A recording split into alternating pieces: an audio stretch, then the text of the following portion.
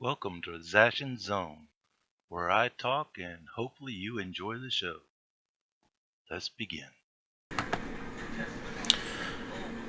Alright, we got another neat piece of information that came out a couple weeks ago. Due to different things, I didn't get anything out about it then, but hey, let's address it now. The whole fake news idea. This was Tucker's discussion with a couple young ladies about it, and let's look at what they had to say. Authorities have been making for many years. President Obama weighed in on the controversy today during a trip abroad to Germany, clearly siding with the censors. Watch this. If we are not serious about facts and what's true and what's not, and particularly in an age of social media where so many people are getting their information in sound bites and snippets off their phones, if we can't discriminate between serious arguments and propaganda, then we have problems. That's right. The politician-in-chief lecturing us about propaganda. So should the government and media giants begin clamping down on information they think might hurt the Democratic cause? Here now is Jessica Alright, right up front. No. Media giants, corporations, government, they shouldn't have any place in the whole free speech argument. But,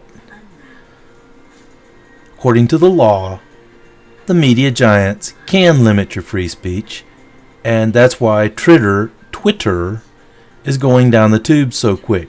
But that's another story. Let's get back to this story. Fake news. Tarlov, a Democratic strategist, and Kristen Tate, a contributor at The Hill, and it is great to see you both. Ms. Tarlov, I will start with you. Shocking.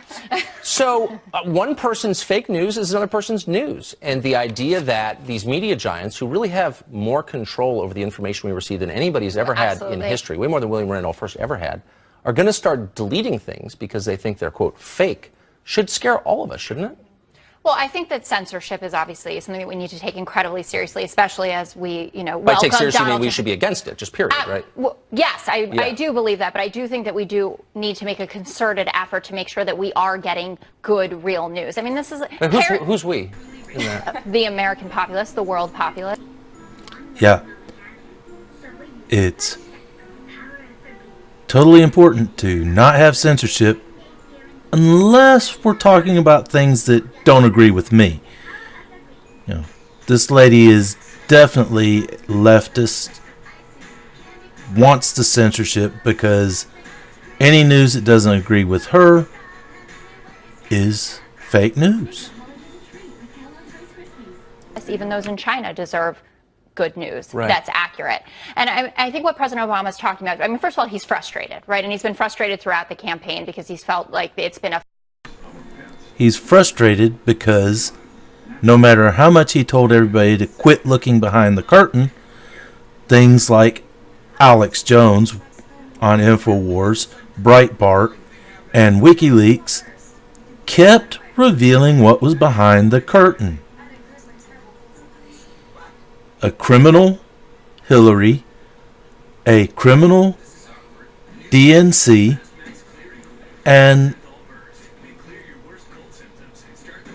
it's just got to the point where there's a reason only 6% of the people trust mainstream media.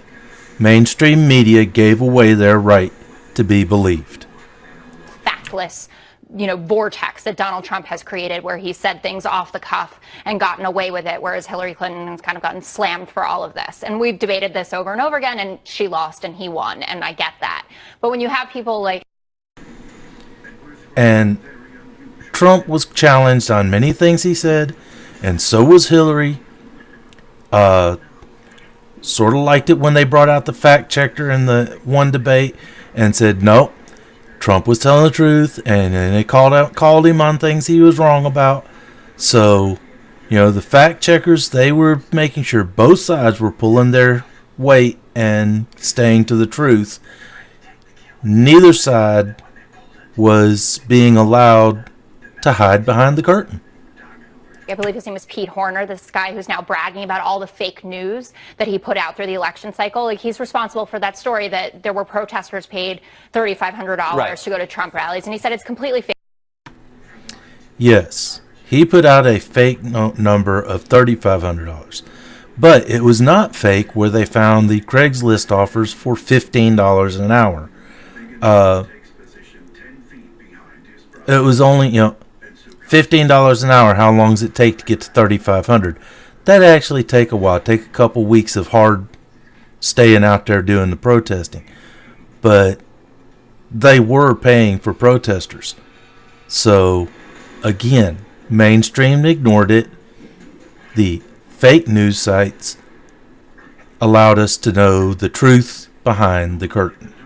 If you look at the link, it's abcnews.co, not .com. And Kellyanne Conway retweeted it. Corey Lewandowski did. And if people aren't being smart about the news that they're consuming, I do think we have a problem. I guess there are two tracks here, Kristen. One is the idea that people didn't vote for Hillary because they just didn't know enough, because they're dumb. And that's the implication of what the left is saying. The president just said.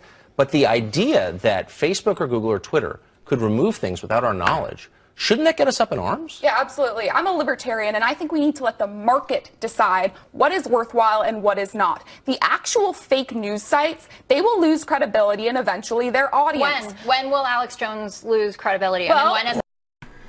Okay, and notice that our leftists run straight to Alex Jones.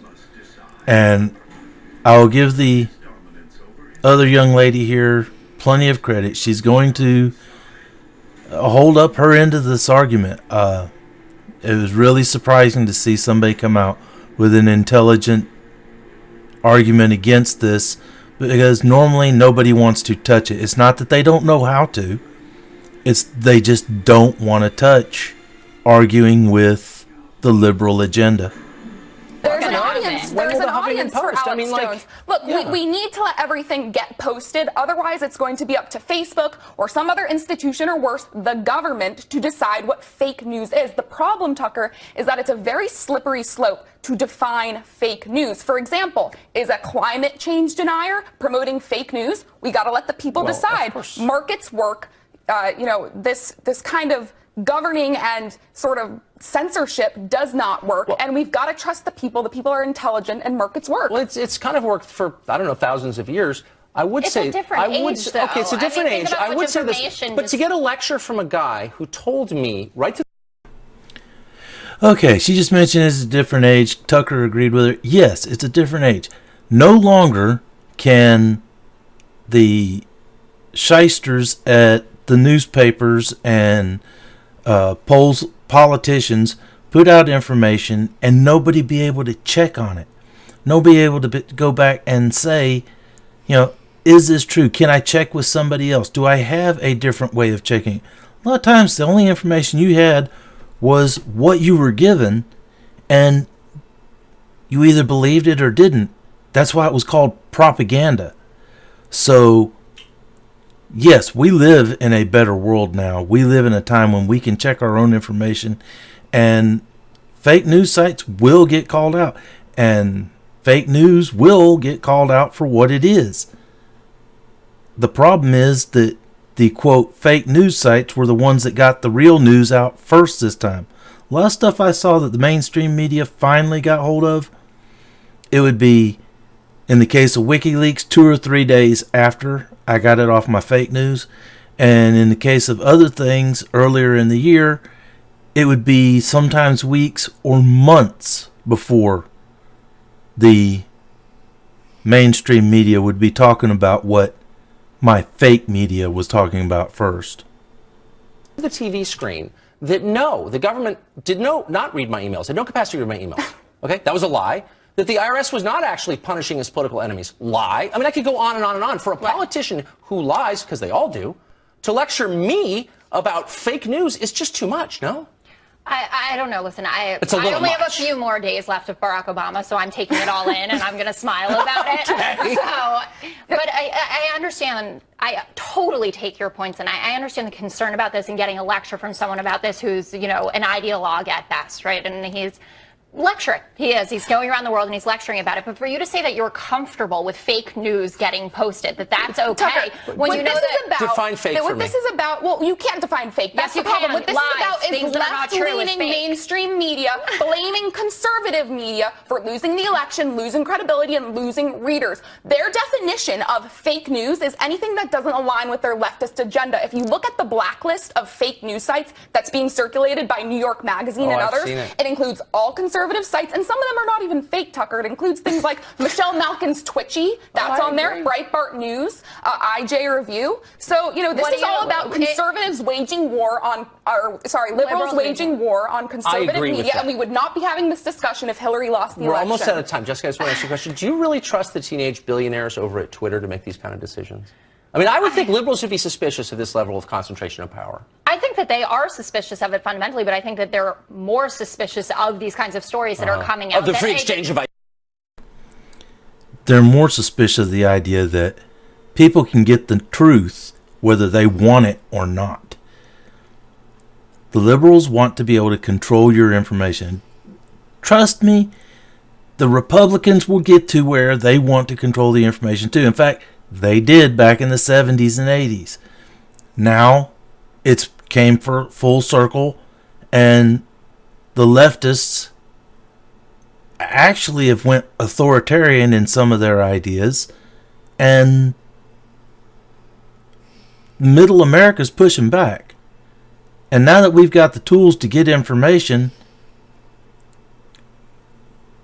we're going to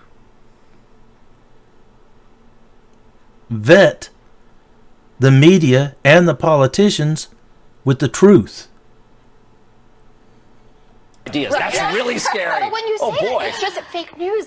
You can't pinpoint what it is. It's things that are a lie. Like that these protesters Obamacare, the jokers will always get called out. That's how the market works. Whenever I see my friends post fake news, all the comments below it are pointing out that it's fake and even making fun of the friend who posted it. BuzzFeed did a... And that right there probably accounts for a lot of the extra interaction with fake news.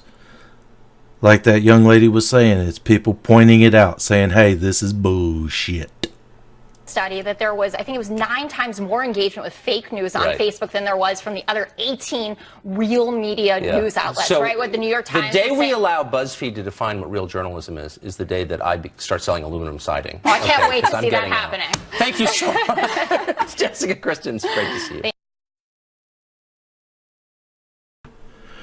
All right, well, that's their little clip they had talking about this. The last year has been an interesting year for me. Actually, last year and a half.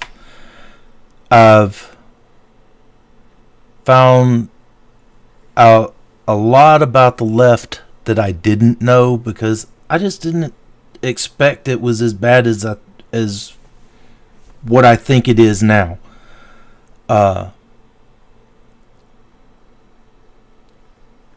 What started me down this road was, there was Trump came out and announced that he was going to run for president. Then, as I got to looking around, I ran into things like feminism and free speech problems, and there's more going on in the Second Amendment argument than I expected. But then here in Alabama, Second Amendment's pretty much took as gospel. So, all you people out there in the YouTube world, give me a like, favorite, subscribe, and I'll keep talking about the things that I think are important, and hopefully you do too.